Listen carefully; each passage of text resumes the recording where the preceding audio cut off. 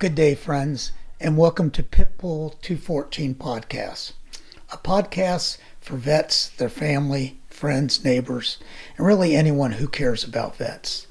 I am your host for this program, Air Force veteran Rick Perales, and I'm pleased to be here. For our first-time viewers, welcome, and let me tell you a little bit about Pitbull 214 Podcast. This podcast was developed to assist and serve our vets.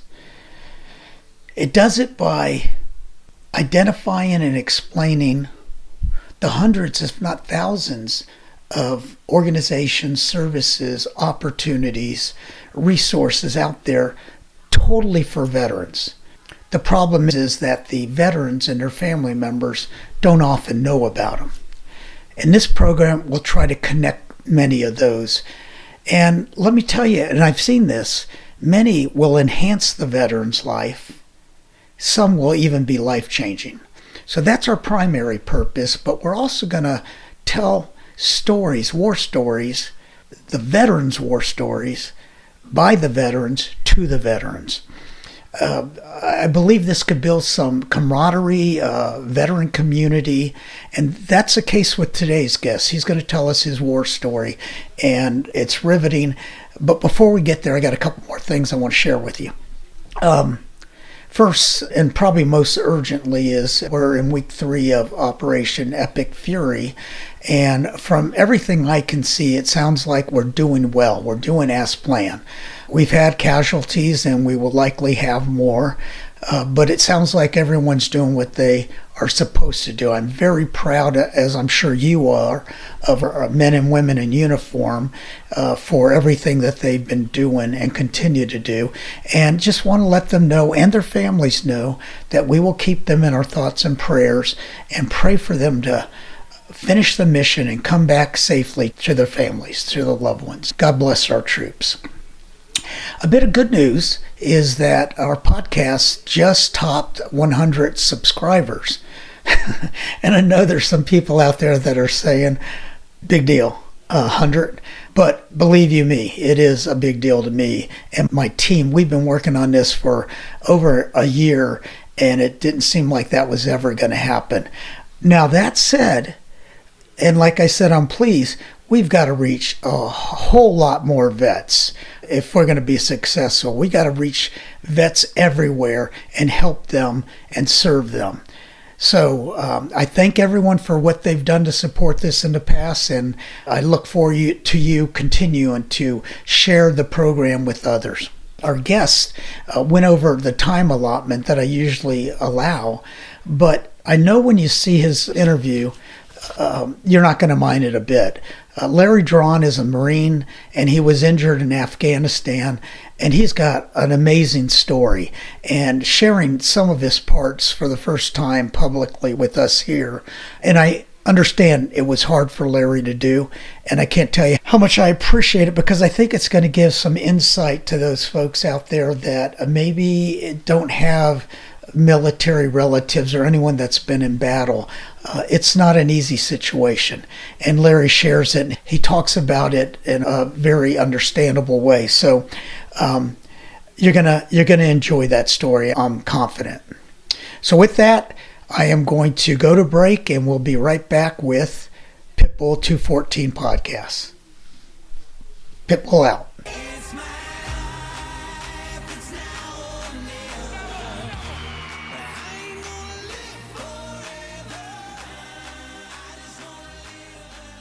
Welcome back to Pitbull 214. I am Rick Perales, an Air Force vet, and I am your host for this program. A program to assist our vets, letting them know what's out there for them and their families that they may not know about. Organizations, services, opportunities, events, resources. There are so many out there, so many people that want to help our vets. Unfortunately, the vets don't always know about that. As a matter of fact, they seldom know about it. So that's our main purpose. The second purpose is to do some connection of our vets, our veteran community, by bringing people on to tell their war stories, veterans, by the veterans themselves. And I am so fortunate today to have a good friend of mine, a survivor. He served in, I think he was deployed twice, and he has really acclimated back into life. And I'm not going to steal any more of his thunder. He has a great story, and I'm sure that you guys will be riveted to it. So without further ado, Larry Draughn. Hey, Larry. Hey, Rick. How you doing today? So you're a Marine, huh? Yep, I'm a Marine. A proud Marine. Proud, very Yeah. proud. You've got a story, don't you? Somewhat, yeah. Let's start off with talk about you as a child growing up and all the way up to the time where you knew you wanted to be a Marine.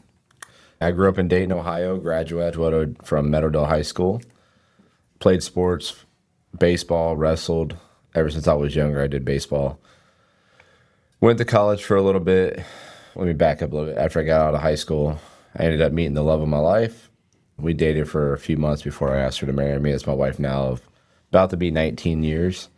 And I've met her. She's lovely. Yeah, she's got to be to put up with me. No kidding. I didn't say that part. Yeah, I definitely upgraded in life with that one. I outpunted my coverage as well. So You're good. We're similar like that.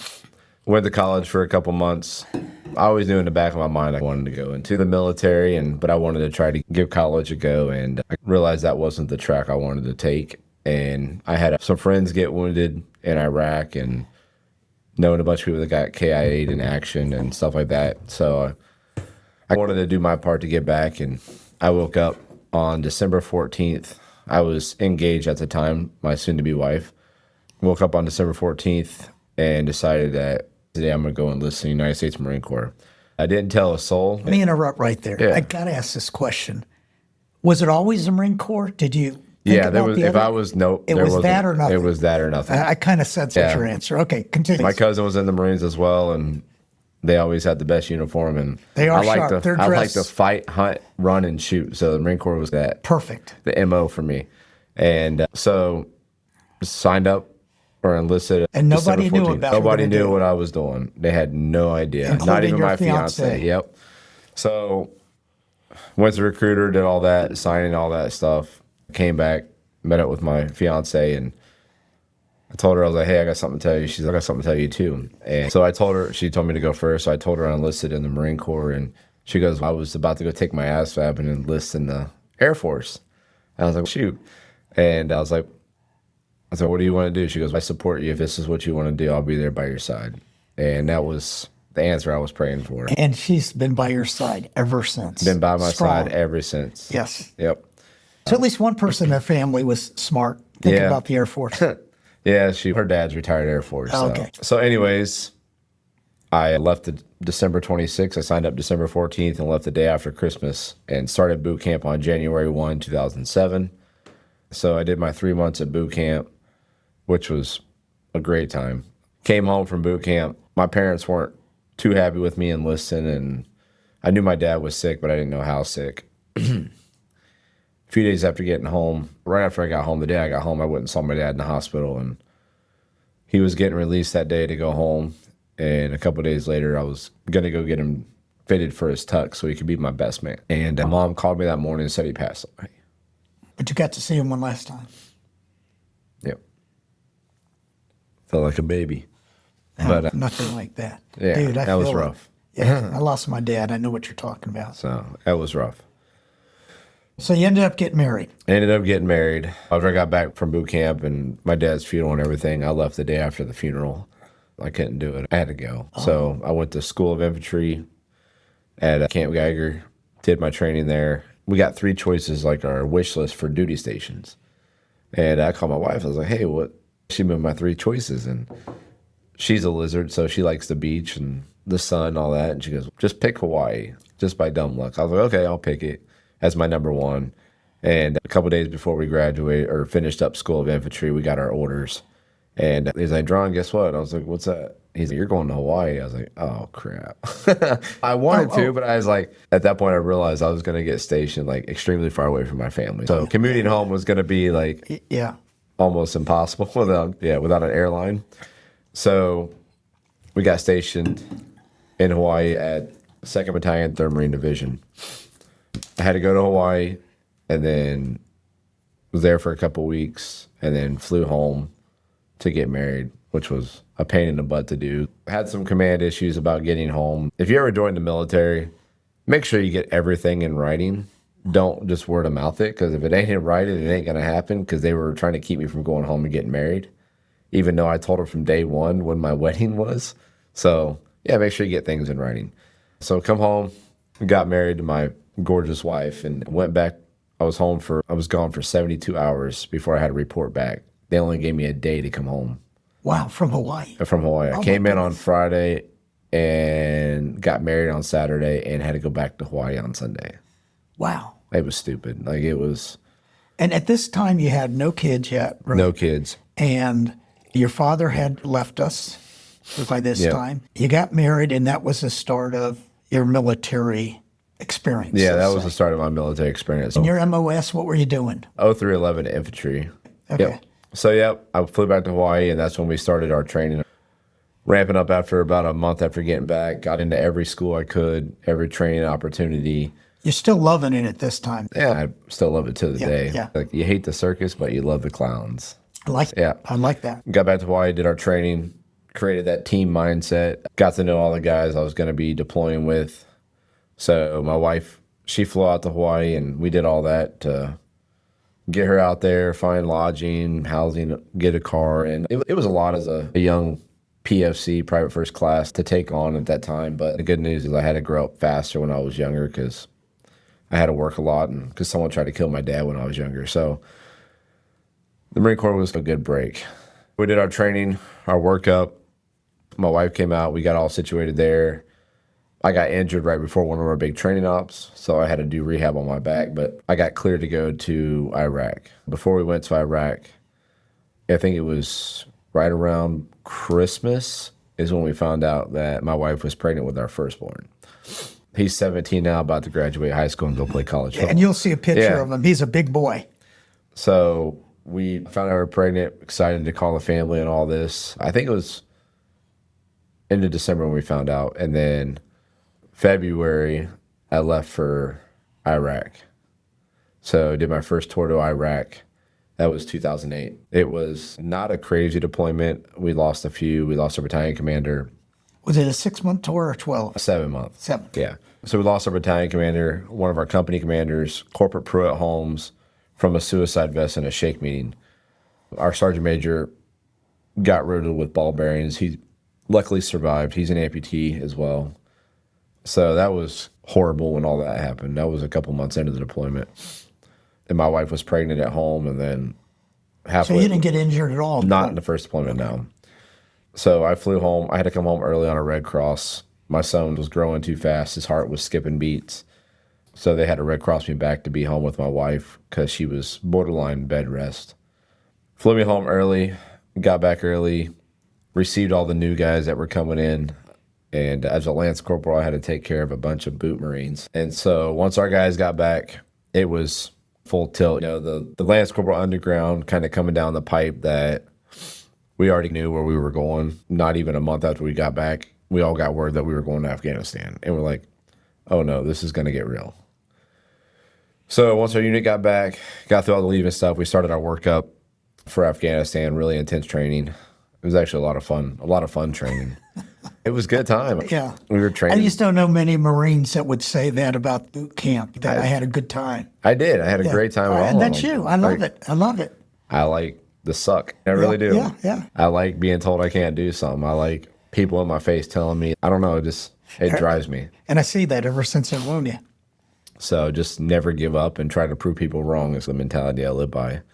You were talking about the next deployment. Oh, the next deployment. Yep. So we did our workup and we found out kind of where we were going. We knew we were going to a bad area. We knew it was very hostile. The units before us didn't really deploy or didn't really go too far outside the wire because of IEDs, extreme hostile threat. Like they had machine gunners, anti-aircraft guns. They had all the stuff where we were. So found out we're going to Afghanistan, knew we were going to Nowzat, Afghanistan, which is Helmand province. So I told my wife about a couple months before we deploy, I was like, hey, babe, I love you guys, but you need to go home. Let's pack up the house. I'm going to send you home with your family. Something's going to happen to me. I don't know if I'm going to die.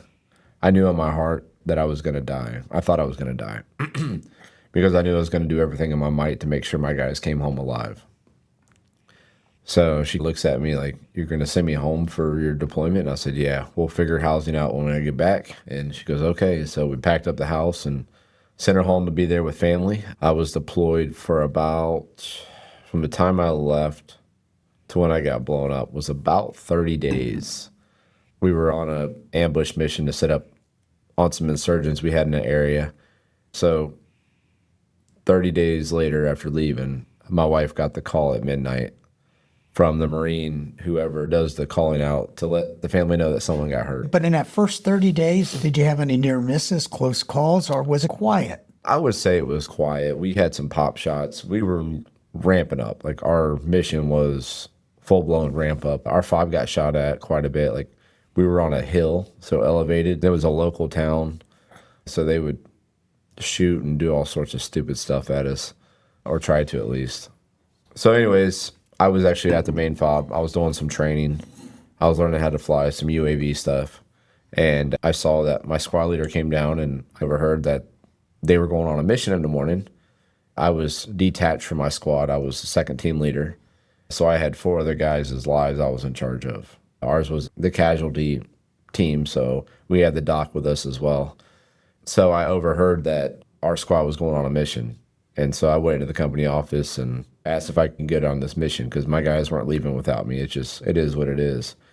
And so the company commander said, "No, you're down here." And I was like, "Sir," I was like, "You don't understand. Like, I need to go on this mission." And so he's like, "I asked your squad leader." So I radioed up to Corporal Pulver. I was like, "Hey," I was like, "Put me on." I was like, "I'm in for tomorrow. What am I doing?" And so we went through the mission brief, and he went through with me. And so I told him I was going to run point. So I moved my fire team up to first team.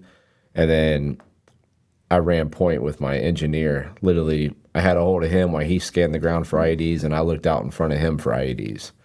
I think we found like 21 IEDs that morning. We were probably 2.5, 3 clicks from the fob. Wow. We had crossed into the green zone. We had to cross a wadi, and this wadi is known for really big IEDs. So we went through this area called the bombed out doorway. I was a navigational guy, so I knew we were going to set up our ambush. So went through the bombed out doorway, a couple little goat passages, and then into some fields that were bordered off with about 4 or 5 foot walls. And we had to cross the danger area. But within 100 yards, there was a bunch of pine trees and a bunch of trees. And that's where the enemy was dug in and had established their zone. So my 7 Marines bound across this little danger area. It's probably, I don't know, 10 to 18 feet across of just no cover. So 7 Marines ran across that, and then I saw where my radar operator stepped. It was starting to get a little daylight, a little light out, so I saw where he stepped, and I led with my left foot into his footprint, and as I pressed down, I remember saying, "Oh, fuck." I felt the ground levitate, and then it just shot me straight up in the air. Flying through the air. Born unconscious? So I'll get to that point a little bit. No, you're good. Flying, I haven't told a whole lot of people this. I didn't want them to think I was nutty, my dad being gone. This is a rough one for me. But anyway, so I came to a gated area, and my dad was standing there glowing. And as he gave me a hug, he said, "We're not ready for you, son." And it was like, cool.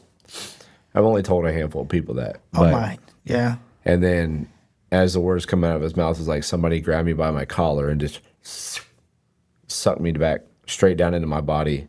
And then as I'm flying, I see my wife and my son and everybody smiling that I loved and cared about.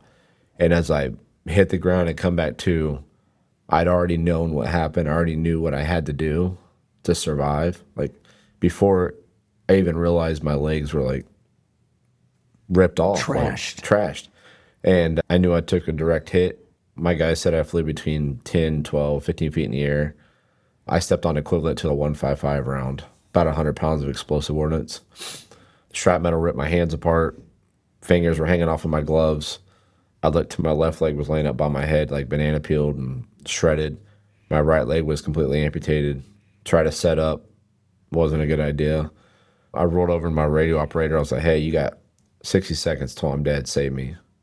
And so I was able to roll over and grab my gun and try to clear it out and roll over to aim down range when my squad leader got to me and ripped me over. And I started trying to find my tourniquets. I started taking other guys' tourniquets, getting them on my legs.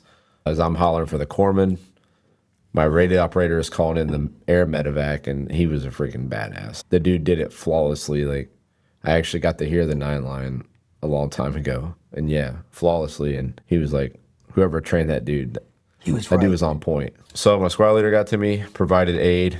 The corpsman got to me and asked what to do and stuff like that. And I just told him, don't give me any meds, let me fight, because I knew it was going to be about an hour. My guys had to carry me on a stretcher.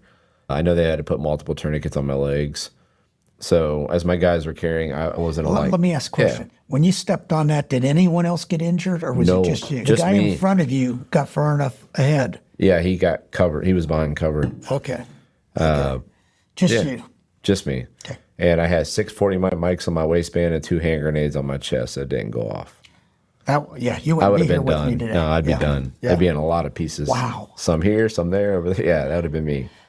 That's a couple of special moments between seeing your dad, your family, and all that not happening, because I would have expected it would have ignited all that. Yeah, it didn't. So how far did you intervene, or what's that word I'm looking for? I know a divine intervention yes, that day, for sure. No question. So how far did they have to carry you? So it was between right around 45 minutes to an hour. They had to carry me on the stretcher. My squad leader and my company XO didn't let go of the stretcher the entire time. I was 186 pounds when I left for Afghanistan, plus all my gear and all that fun stuff. Yeah, so I wasn't a light guy. And for them guys to carry me, they had to lift me over top of walls and stuff to get to the trucks. And I don't know, probably a good 5 minutes before we got to the trucks, maybe 10. I don't know. I can't keep time at this point. I told my best friend to come over and say, hey, Miller. I was like, tell my wife, my kids, I love them. I'm not coming home. I was just done fighting. I had fought for close to an hour or so, maybe a little bit less at this point. I was just done. I had lost over 70-75% of my blood by this point. It's pretty banged up, and still had a smile on my face. Still, like, even felt my teeth that were shattered in my mouth, blood. And I was still cracking jokes with my guys, trying to keep them motivated. And then when I was just done fighting, I just told them I'll tell everybody I love them. And I felt my eyes roll in the back of my head, and that's when Doc smacked me across the face. And he's like, Draughn, I can hear the trucks. And I'm like, don't lie to me. And he goes, no, I can hear the trucks. And I was able to gumption enough energy to look over my shoulder, and I see our first sergeant running across the field and over top of the walls to come help the guys, and everybody hollering at him, don't do it, because the IED's in the area, and didn't care. He came to our aid. They got me to the back of the truck, and as they're lifting me up, I rode over to my other best friend, Mario. I was like, hey, don't tell my wife. She's going to kill me. She'll finish your job. I was like, she'll kill me. So they got me in the back of the truck, ripped my gear off. And the last thing I remember is big needle coming out and then crunching through my sternum into my heart. I don't know. I forget what it's called. It's kind of like a pick straight to the heart. And I blacked out after that. They said I was awake. They said I was very violent. Yeah. Yeah. And when did you wake up again? So I woke up at Bagram Air Station, which is in Afghanistan. I only woke up shortly for a few seconds there. And I looked at, it was my battalion commander. And I woke up and I'm like, I still remember the outline in the haze. I'm like, who the fuck are you? He goes, it's your battalion commander, Marine. And I was like, oh, I'm sorry, sir. He goes, have you talked to your wife? And I said, no. And the last thing I remember was saying no. And I went back out. And the next time I woke up was in Longstuhl, Germany. Yep. I had a blonde and a brunette waiting for me to wake up. And I woke up and I said, am I in heaven? They're like, no, why? I was like, because you guys look like angels. And you're so funny. Yeah. So how long had elapsed from when you got injured to when you saw your angels? A couple days. Oh, days. Yeah. Okay. Yeah, it wasn't. So they had you on some heavy. Did they induce a coma?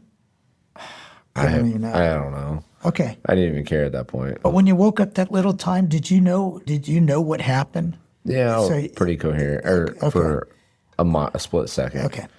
I still think my body was just super in shock. Yeah, I was in shock. By the time, like, from when I got blown up to by the time I got back stateside, I was only like 115 pounds. I lost like every ounce of muscle I had. Anyway, so woke up and saw them standing there, and I was like, man, At this point, I didn't care about anything else. I wanted to make sure my boys were okay. That was all I cared about. Yeah. She's like, oh, they're fine. I was like, I need you to call my wife and let her know my boys are okay and that I got us a handicap placard for Black Friday. Like, Good news. so my wife, that was the first phone call she expected to get from me. But yeah, Oh, that kills me. I thought it was pretty funny. That is funny. Even But there's for- more funny to come with your cousin. I know that's coming up soon. It's coming in the same whole right. light of stories. Right. But so anyways, I want to say it was either that day or the day after. This gentleman comes walking in the room, and he was in a suit all dressed up, and I noticed he had the presidential lapel pin on and stuff like that. And he comes walking over to my bedside, and he goes, "Are you Lance Corporal Draughn?" I'm like, "Yes, sir." I'm on the phone with the president of the United States, which at the time was Barack Obama, and had him on speakerphone, and good for him for asking. He goes, he's on his way to Germany right now, and he wants you to be the first Purple Heart presented over here when he gets here. And I already knew, like, I was supposed to be on the medevac the next day to go home to my wife and my mom.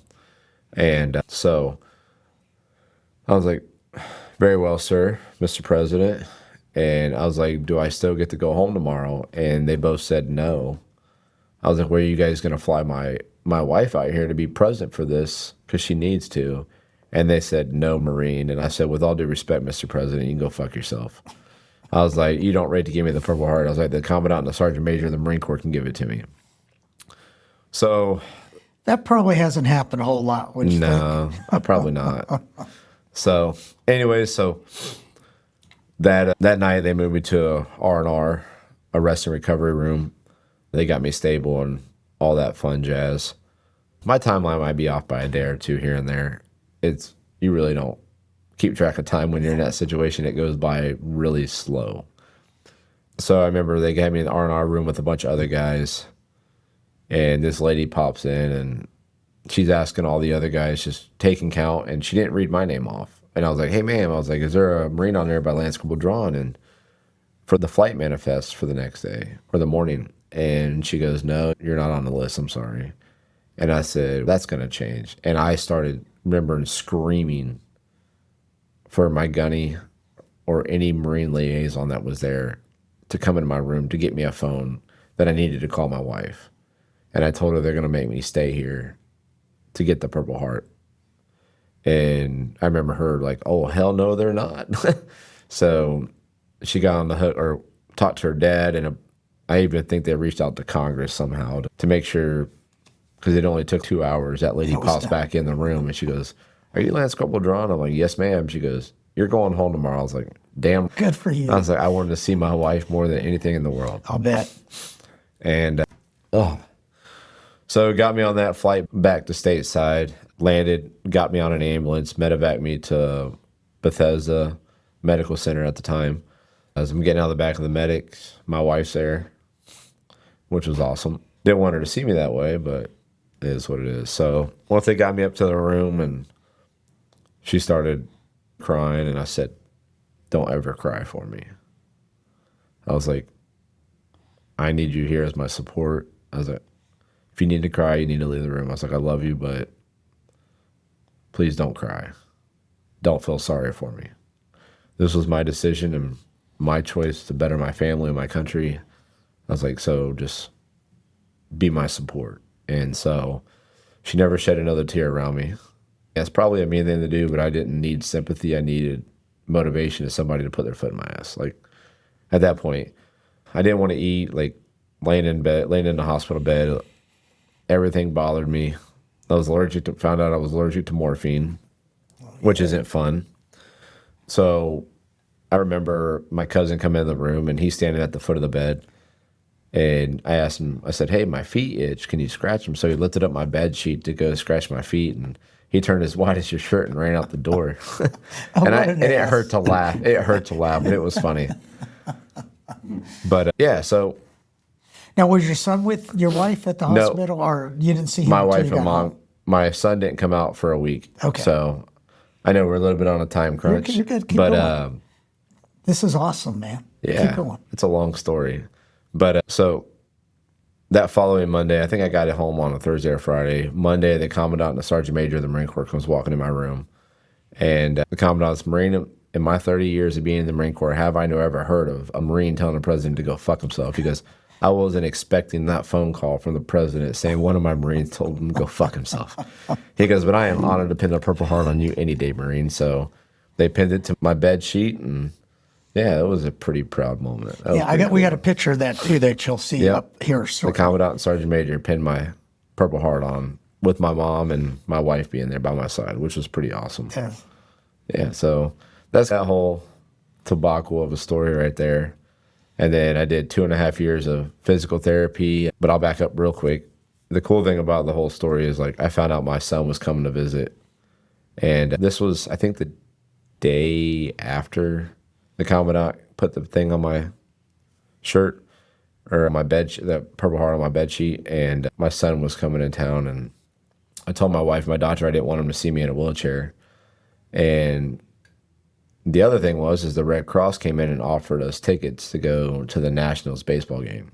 How old was your son at this time? Oh, man. About 5, 6? Probably 8 months. Oh, a baby still. Okay. Yeah. No, he'd be a little older. How old was he when I got? He was born in 2008, and I got hit in 2009, so he was almost a year. Yeah. Okay. So about 8 or 9 months. Yeah. And so I wanted to take him to his first baseball game at the Nationals game. And the doctors, by this time, it'll only be 12 days from blast. The doctor said, there's no way. You're in bed. You've not transferred to your wheelchair. Physical therapy hasn't even started working with you. He goes, there's no way. I was like, Doc, my son's not going to see his dad in the hospital. Someone doubted you. Someone doubted me. Yep, someone challenged me. That's right. And he goes, you still have calves and your catheters and all your IVs and everything in your arms. And I was like, let's get them out. Let's do this. And he goes, are you sure? And I'm like, yep. I was like, we'll switch it to oral meds. And I was like, get physical therapy in here and all that fun stuff. So got physical therapy in there, and I started transferring to the wheelchair and finally got the catheter out and got all the IVs and everything out of my arms. I was like ripping them out myself. I had pins in all my hands, and the only thing I could use was 2 middle fingers and my thumb, but I had big casts on all my hands and arms.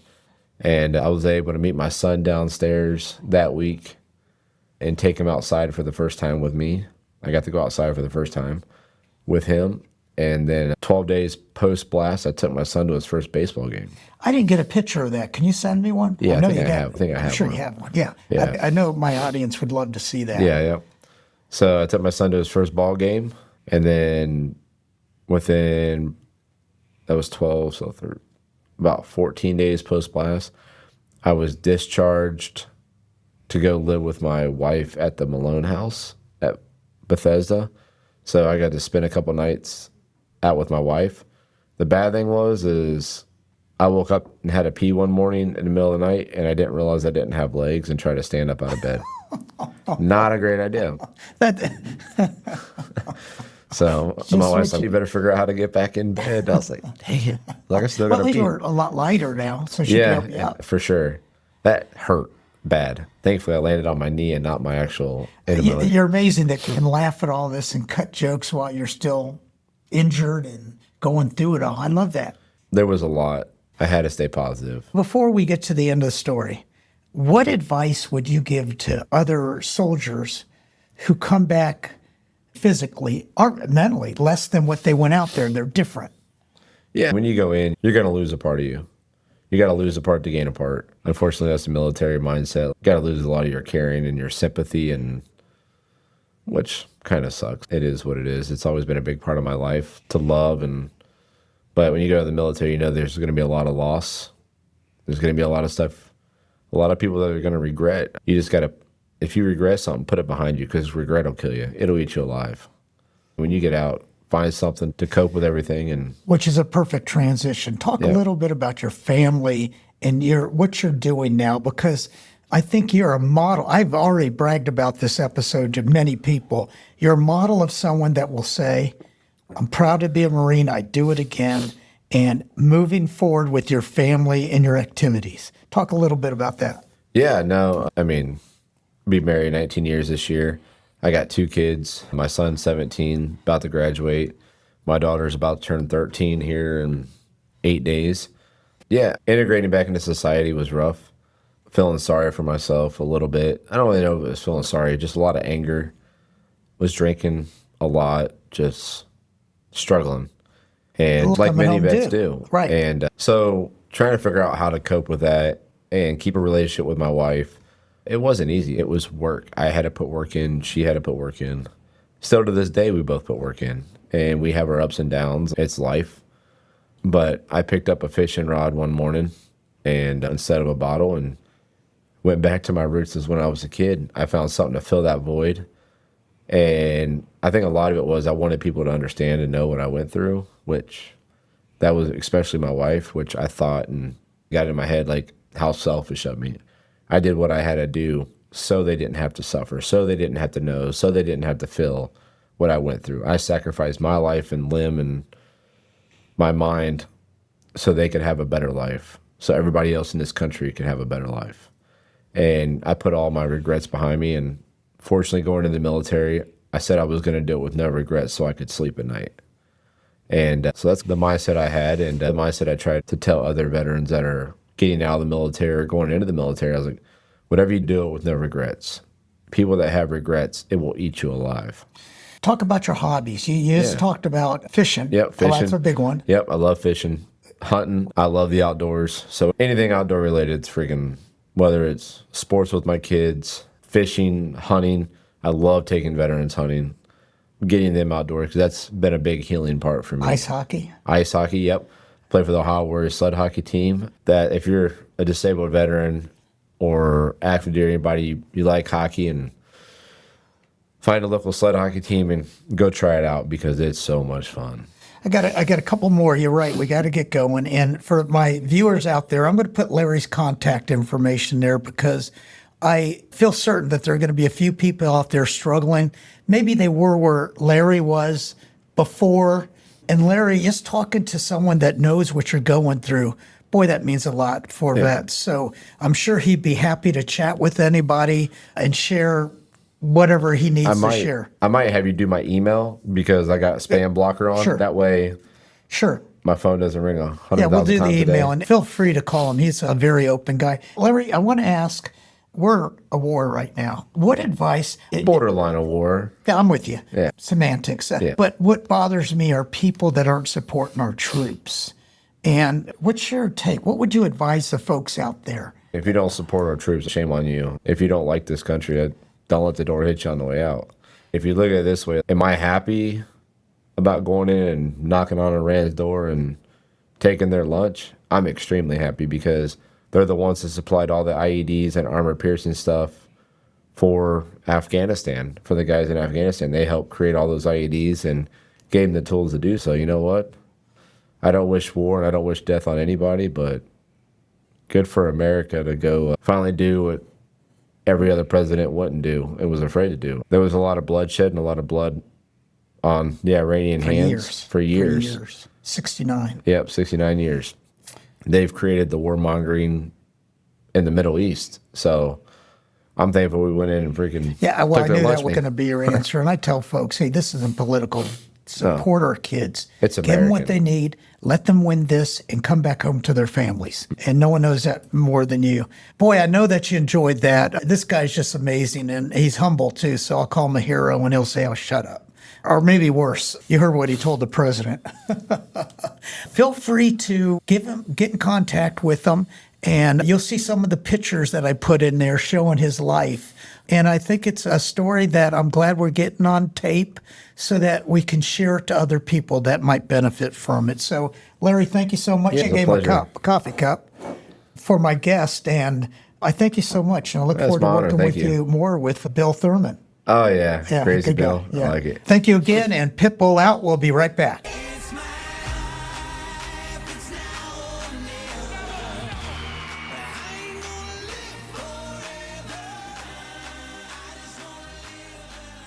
Welcome back to Pitbull 214.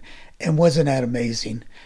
Larry's just a special human being, and I thank him for his dedication to this country. He's a Marine, what you expect from a Marine, and he has a story to share, and I'm glad he did it with us. Again, thank you, Larry. I look forward to getting out there and playing some golf with you sometime soon as the weather starts getting better. I want to say here, and again, I'm going to try to keep this part brief. I know we've gone over my usual standard time frame. But I want to once again solicit input on something you want to see differently, corrections, but mostly I want to solicit input on programs, services, veterans that have stories to share that you think would fit my model here. I've got 3 or 4 interviews already in the queue, ready to go. And I've got many more contacts that I'm making. But sooner or later, I'm going to need some help in digging up some more. As I said before, if I am showing you something that you don't have in your area, maybe you can start it. And if you have something in your area that you think is a great idea, I want to share it with everyone else and they could pick up on it. So it's a lot of everyone helping everyone else to help our vets, and I appreciate that. Of course, the other thing is I want to make sure everybody shares these podcast episodes, the YouTube channel, with other vets out there and people that care about vets. That's the only way that we'll keep this thing rolling out. Lastly, as I usually do, I want to introduce next week's guest. We're going to have Elizabeth Harding. She works at Wright State University here in Dayton, Ohio, and she's going to talk about a program they have at Wright State called the Entrepreneur Boot Camp for Vets. It's a special program that any vet could qualify for. It's a week boot camp where they teach you how to start and run your own business. And one of the best parts is it's free. If you get selected, they pay for all the expenses, including travel and subsistence and your hotel. You might want to look into, and she does a great job there, and I look forward to having her next week, of course. So with that, I thank you again for being with us. I hope you enjoy the show, and spread the word. Pitbull out. It's